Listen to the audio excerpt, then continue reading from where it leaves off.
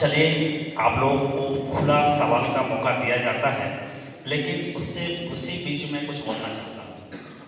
कितना सुंदर माहौल है आज। आप लोग किस्मत वाले हैं जो दो दो महाअनुभव की बातों को सुन पाते हैं। और मुझे बड़ा खुशी हो रही है कि इस तरह से कोई भी सामाजिक मैटर आए और हम लोग इसी तरह से बैठ कर उस पर चर्चा करें तो समाज बिल्कुल आगे बढ़ेगा, है कि नहीं? बिल्कुल आगे बढ़ेगा। कितना सुंदर तरीके से अपने से बताने का प्रयास कर रहे हैं। बहुत अच्छा लगा, मुझे तो बहुत मजा आया, है कि नहीं? और मैं सपना शायद इसी तरह से मैं देखा हूँ, समाज को आगे बढ़ाने के लिए हम तमाम अगुआ हैं, समाज को नेतृत्व करते हैं। आप लोगों को भी बारीकी से समझने की जरूरत है और हमें क्या करना है इसको भी सोचने की जरूरत है। तो चलिए, अच्छी बात है, बहुत सारी बातें आई और मैं चाहूँगा अभी जो है प्रोफेसर रामचंद्र उरांव जी को आप लोगों ने सुना, मृदु भाषी है, बड़ा सुंदर तरीके से अपनी बातों को रखते हैं। लेकिन हम लोग जो है कानून के जानकार लगता है मुझे, थोड़ा सा हम लोग कम ही होंगे। तो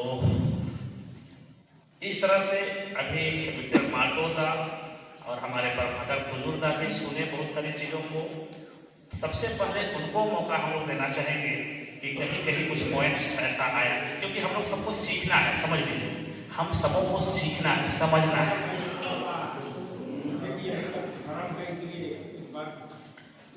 हाँ हाँ, बिल्कुल बिल्कुल, आपको भी मौका दिया जाएगा, दिया जाएगा, हाँ दिया जाएगा। लेकिन एक चीज क्या है कि कुछ बारीकियों को आप लोगों का दोनों बीच का चर्चा को सुन करके हम लोग समझ पाएंगे कि समाज में संचालित हम लोग समाज का अगुआ कहे जाने वाले में से हम लोग हैं, तो हम लोग समझ पाएंगे कि सही क्या हो सकता है। इसलिए बहुत जरूरी है। तो अभी अगर विक्टर मालगो जी और बीच में हमारे प्रभाकर दादा भी कुछ बोल रहे थे, तो एक ध्यान रखिए, किसी कोई बात कर रहा है बीच में किसी को नहीं बोलना है, एकदम खुला सवाल को आपको मौका दिया जाएगा। तो अभी जो है विक्टर मालगो दा को चाहेंगे कि कुछ अगर मन में बातें हैं तो बात रखें। उसके बाद जो है इनके जवाब के बाद भी जो है फिर से आप लोग अनुभव वही को चाहेंगे कि वो भी कुछ बात को रहेंगे, तो कुछ चर्चाएं से समाज को लाभ होगा।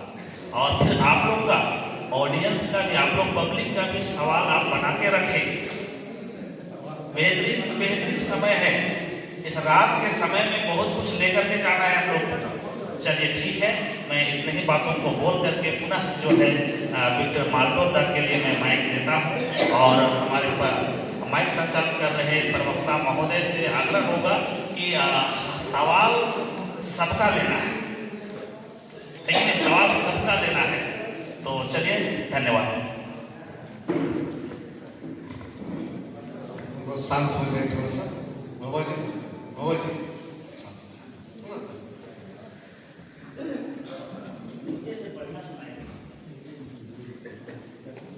अभी हम लोगों ने सुना, हमें ऐसा लग रहा है कि सरकार का पक्ष हम लोगों ने सुना कि गुरुजी हैं तो काफी गहराई से उन्होंने सोचा। हम लोग यहाँ एक समाधान निकालने के लिए बैठे हैं। पूरा समाज परेशान है, जिस तंत्र के बीच हम रह रहे हैं हम परेशान हैं। हमारी आर्थिक स्थिति, सामाजिक स्थिति जर्जर होते जा रही है। कहीं न कहीं सरकार की नीति हमें ठीक मार्गदर्श नहीं है। एक सवाल मेरे जहन में है कि राज्य के 24 साल हो गए, अभी तक भी पैसा नियमावली नहीं बनी। और जब नियमावली नहीं है तो चुनाव कैसे होंगे? और जब नगर पंचायत का विस्तार नहीं हुआ है, कैसे रोक देगा नगर पंचायत? 24 साल तक कहां थी सरकार? सरकार को समर्थन करने वाले कहां थे? हाउस को बताना चाहेंगे सरकार कभी भी 29 जुलाई 2024 का माननीय हाईकोर्ट का आदेश का जिक्र नहीं किया।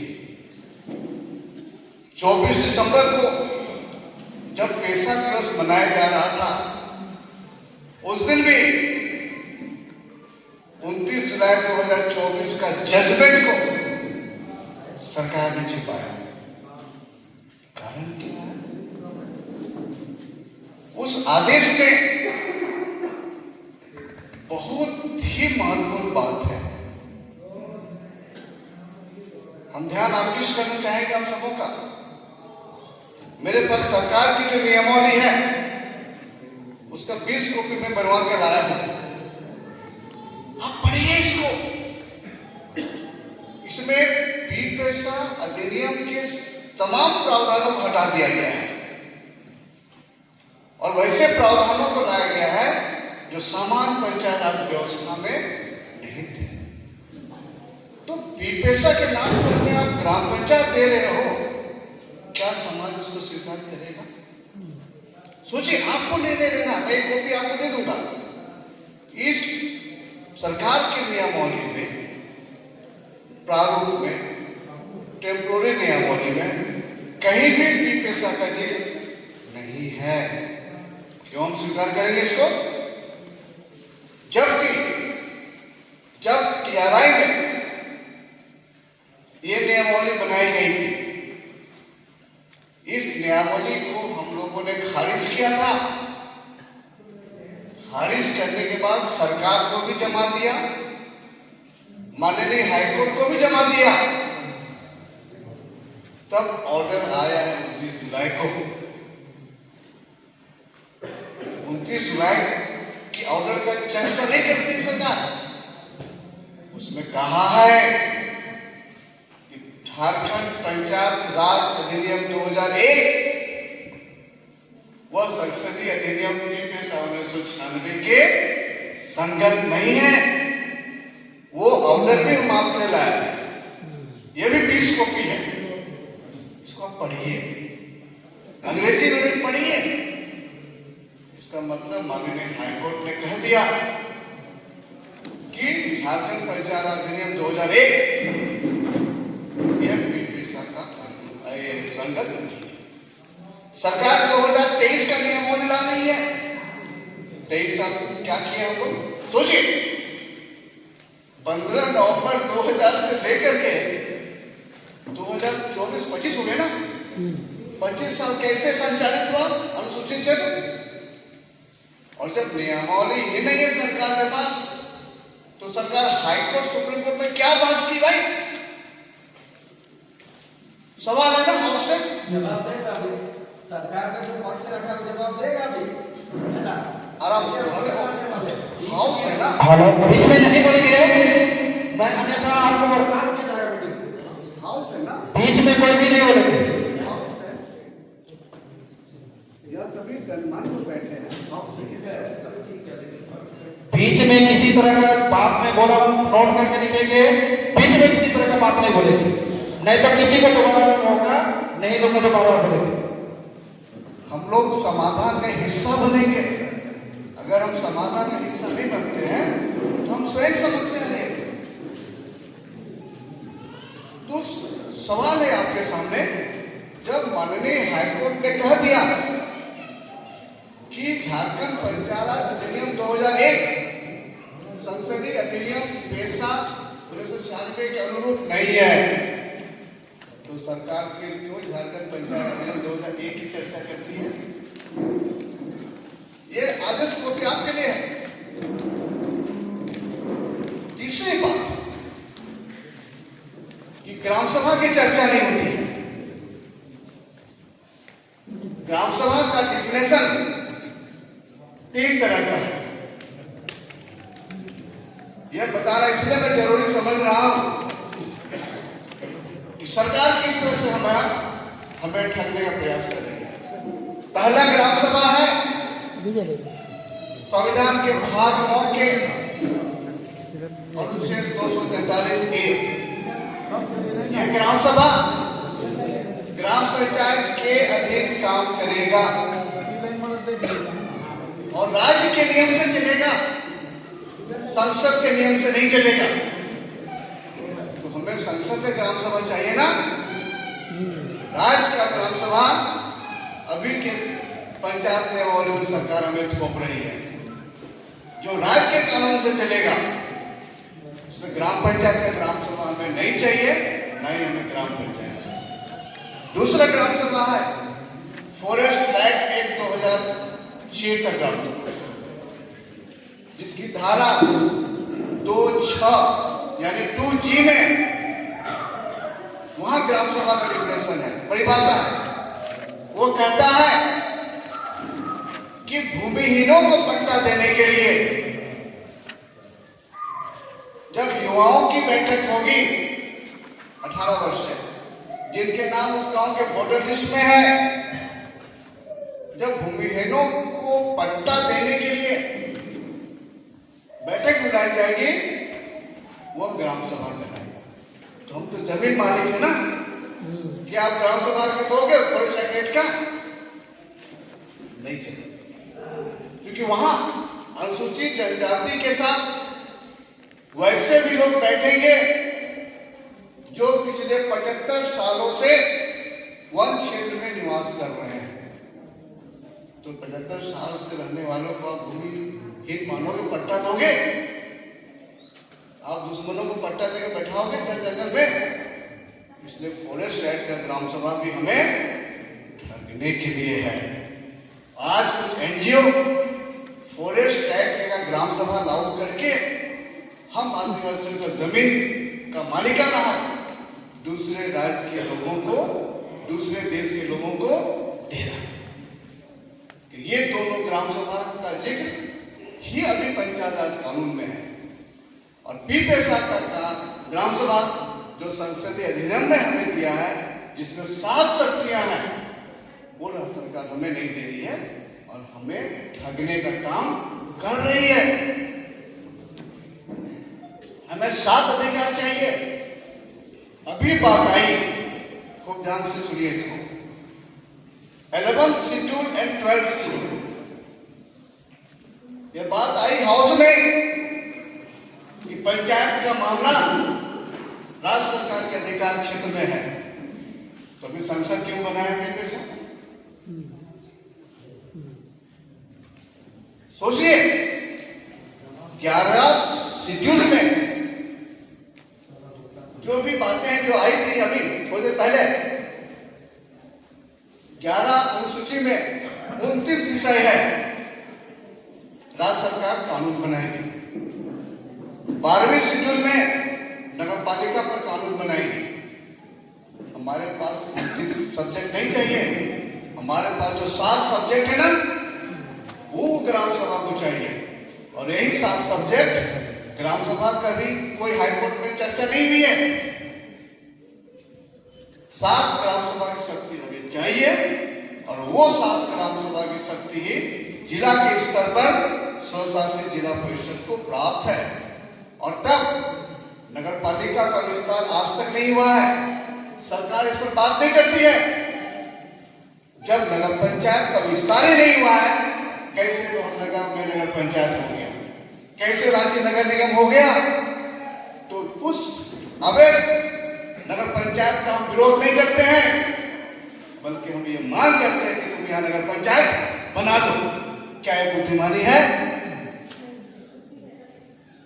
हाउस को सोचना है कि पार्लियामेंट क्यों नगर पालिका का विस्तार नहीं किया।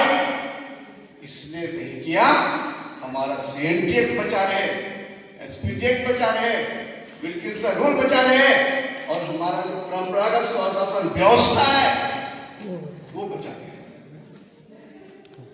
सोचना है हमें।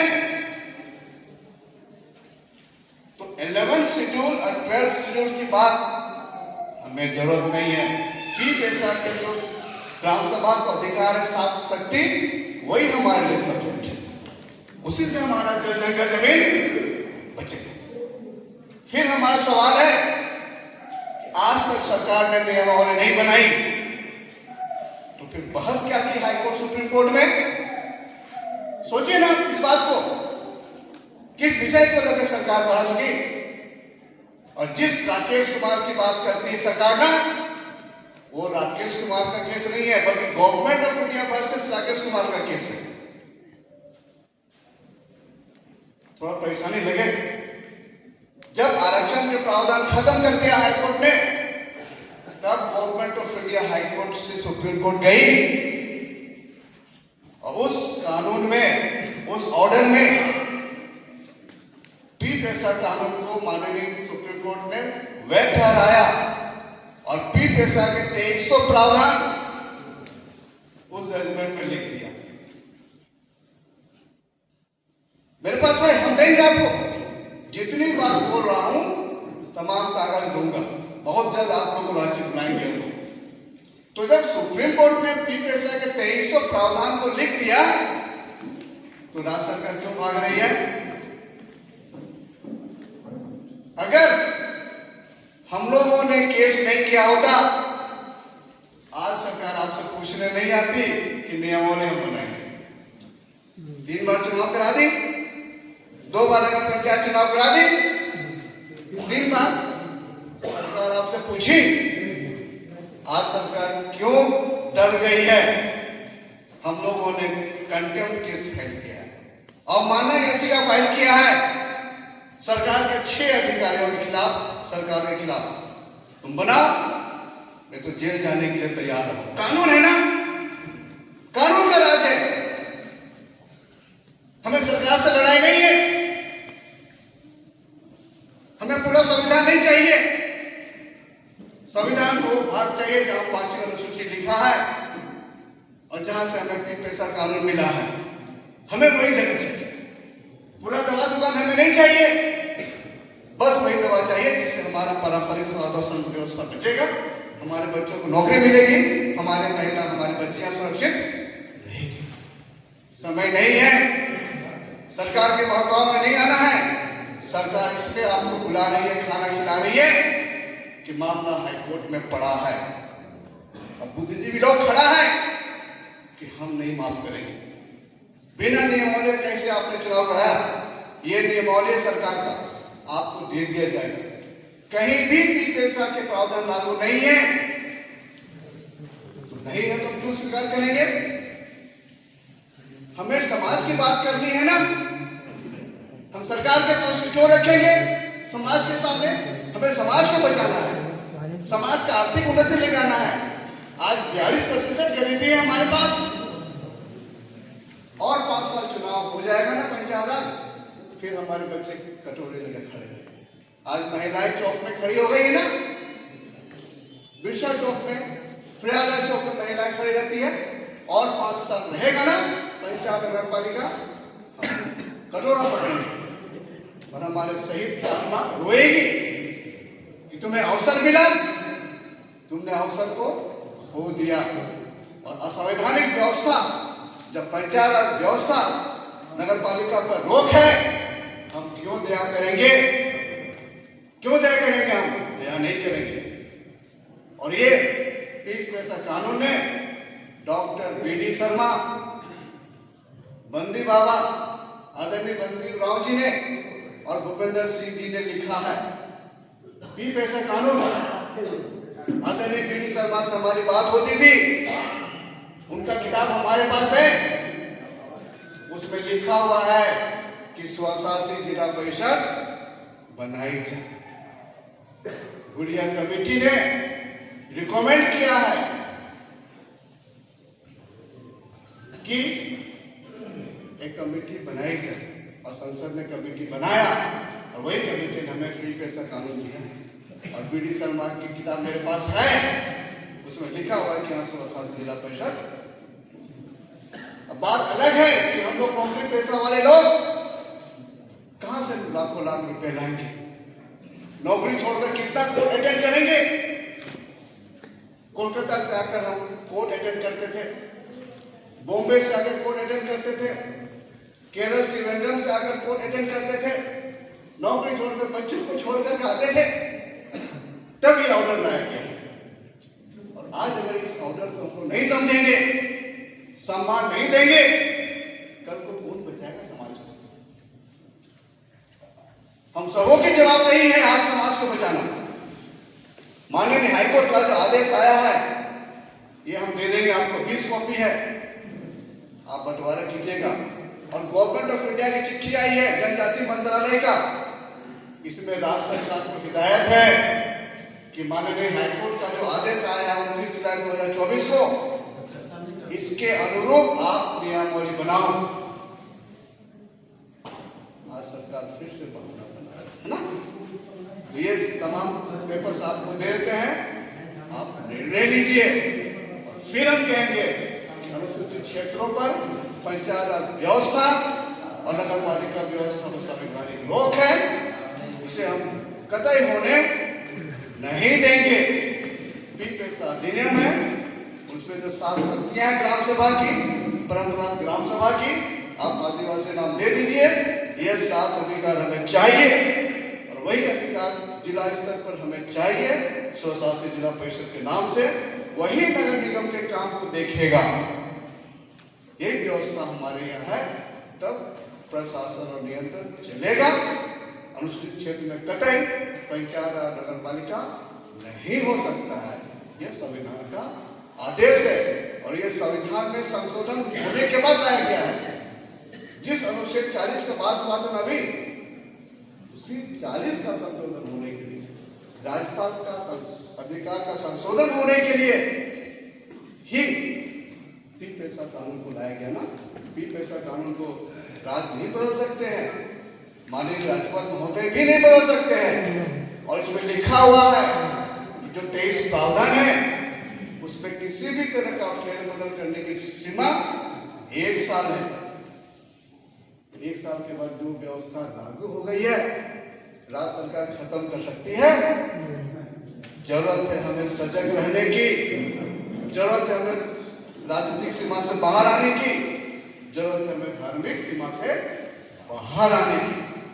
और यही हमारे पूर्वजों के प्रति सच्ची श्रद्धांजलि है और समाज की जो बड़ा व्यवस्था है, महिलाओं का सम्मान है, उसके प्रति सच्चा आदर्श है।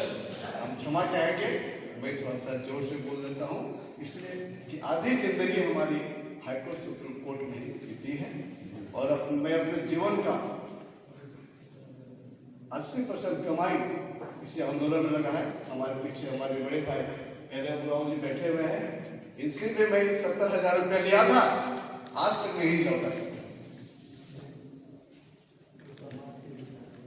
अरे इनकी बड़प्पन है, एलएम राव भाई की बड़प्पन है। एक डेढ़ का 5-5 लाख रुपया लगता है सुप्रीम कोर्ट के वकील, कहां से दे पाएंगे? मैंने एलएम राव साहब के पास गया, राव साहब 5 लाख रुपया देना है, उपाय कीजिए। तो ऐसे करके जब हम लोग ऑर्डर लाए तो इस ऑर्डर का सम्मान किया जाना चाहिए कि नहीं किया जाना चाहिए? इसको पढ़ो आप। और किसी उपस्थिति में हम लोग अनुसूचित क्षेत्र में पंचायत राज व्यवस्था और नगर पालिका व्यवस्था नहीं होने देंगे, ताकि हमारा पारंपरिक स्वशासन व्यवस्था हजारों साल तक बने रहे और टिके रहे। और इसके लिए चाहे जितनी बड़ी कुर्बानी देनी होगी हम सभी भाई बहन देंगे। धन्यवाद। धन्यवाद विक्टर मंटो दादा को। चूंकि हम लोग चर्चा परिचर्चा में शामिल हैं, सभी लोगों ने अध्ययन किए हैं और अनुभव को हासिल किए हैं और आज हम लोग एक समाज के लिए चिंतित होकर यहाँ बैठे हैं। समाज में सबकी भूमिका और योगदान बराबर होती है। समाज का ठेकेदार कोई नहीं होता है, इसलिए समाज सभी को एक समान अधिकार देती है और हमें भी उस अधिकार को समान देना चाहिए। इसलिए दोस्तों, जितना हम लोग शांति बना करके आज की कार्यशाला को सफल कर पाएंगे, उतना सारा नॉलेज और ज्ञान हम लोग हासिल कर सकते हैं। और सच्चाई है कि क्योंकि आज तक मैं जो पढ़ पाया हूँ, मैं भी संविधान के एक एक चैप्टर के अध्याय को पढ़ा हूँ। जितनी सारे एक्ट अधिनियम बना है, चूंकि इंग्लिश मैं ज़्यादा समझ नहीं पाता हूँ, लेकिन उसका हिंदी से जो लिखा हुआ है उसको मैं भी पढ़ा हूँ। और पढ़ने के बाद मुझे भी दुख लगता है, आज तक झारखंड या पूरा भारत देश की बात करें तो हम आदिवासियों के अधिकार नहीं मिले। आज 20 साल नहीं, 24 साल नहीं, आज 75 साल हो गए हैं, लेकिन आज तक हमारा अधिकार नहीं मिल पाया है। तो उस अधिकार के लिए अगर हम लड़ेंगे नहीं तब तक नहीं मिलेगा, क्योंकि हमारे पूर्वजों ने हमें सिखाया है लड़ करके अपने अधिकार को लेने के लिए, मांगने के लिए। आज सही सचमुच में हम देख पाते हैं सरकार हमें पंगु बनाना चाहती है, ये सच्चाई है। जिस मुखिया को चुनाव कराया उसको पावर नहीं दिया, जिस वार्ड मेंबर को गांव भर में मेंबर बनाया उसको बस साइन करने का भी पावर दिया। जब मैं पेशा कानून को पढ़ा था तो मुझे यही पॉइंट पर एक डिबेट हुआ था, जिस समय मैं बिरसा मुंडा केंद्रीय कारा होटवार में था। मैंने चैलेंज किया, अगर पेशा एक्ट कहीं देश के किसी भी राज्य में अगर लागू है तो मैं आपका आजीवन गुलामी काटूंगा। उस डिबेट में वहां पर जितने सारे बुद्धिजीवी लोग हैं सारे लोग शामिल थे और मैंने इसको चुनौती दी थी। पंचायती राज को पेशा एक्ट के साथ जोड़ करके हमारी स्वशासन पारंपरिक व्यवस्था को कमजोर किया गया, ये सच्चाई है। जहां तक मैं पढ़ पाया हूं, समझ पाया हूं, तो वहां पर मुझे भी कुछ ना कुछ कमी दिखाई पड़ती है। और आज इस तरह की चर्चा विचार में हम लोग शामिल हुए हैं। हम जरूर नया रास्ता निकाल पाएंगे, ऐसा मुझे लग रहा है कि हम जब तक एक साथ बैठेंगे नहीं, इस तरह की डिबेट नहीं होगी, तब तक हम सभी कानून को, सभी अधिकारों को नहीं जान पाएंगे, नहीं समझ पाएंगे। इसलिए दोस्तों, ऐसी कार्यशाला में हम सभी को पार्टिसिपेट करनी चाहिए और ऐसे जानकार लोगों से हमें रूबरू होकर जो वहाँ की मूल चीज है उसे ग्रहण करना चाहिए। तो आगे हम लोग पेशा से संबंधित बातों को सुन रहे हैं। आगे का विषय है हमारा पारंपरिक स्वशासन पाढ़ा व्यवस्था। जो परंपरा के तहत क्या क्या व्यवस्था आती है, परंपरा कैसे संचालित होती है, स्वशासन क्यों बोला गया उस व्यवस्था को, आखिर ये व्यवस्था जो हमारी सदियों पूर्व से रही है, जिस व्यवस्था की बात आज हम लोग संवैधानिक दायरे में शामिल होने के बाद भी उस व्यवस्था को छेड़ने का पावर नहीं रखा। संविधान के एक छोटा सा पन्ना में उसके लिए भी एक हिस्सा दिया। आज वो हमारी परंपरा की क्या शक्ति है और उस परंपरा के तहत क्या क्या चीज आती है, उसे भी हमें जानने की जरूरत है और उसे भी हमें जानना चाहिए। क्योंकि जब तक हम अपनी परंपरा को नहीं पढ़ पाए, दुनिया की लाखों किताब पढ़ लें वो कम है। जब तक हम अपनी परंपरा, अपनी व्यवस्था को नहीं जान पाते हैं, तब तक हम किताबी ज्ञान से कितनों ज्ञान अर्जित कर लें,